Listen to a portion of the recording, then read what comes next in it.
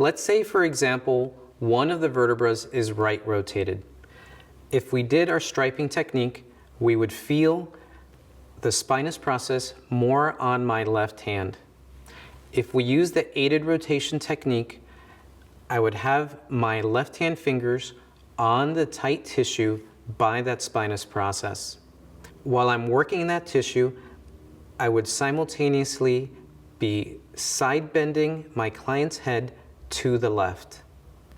Taking the example of a possible right rotation of a vertebra, we can use our thumb to bring greater range of motion and derotation of that possibly right rotated vertebra.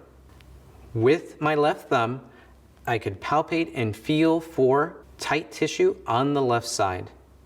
I could also work in the direction of resistance on the tissue between the spinous process and the transverse process.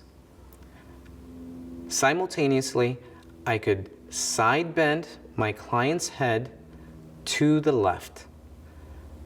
This would encourage greater range of motion in the vertebra to the left. So if we have a possibly right rotated vertebra, side bending to the left would encourage left rotation.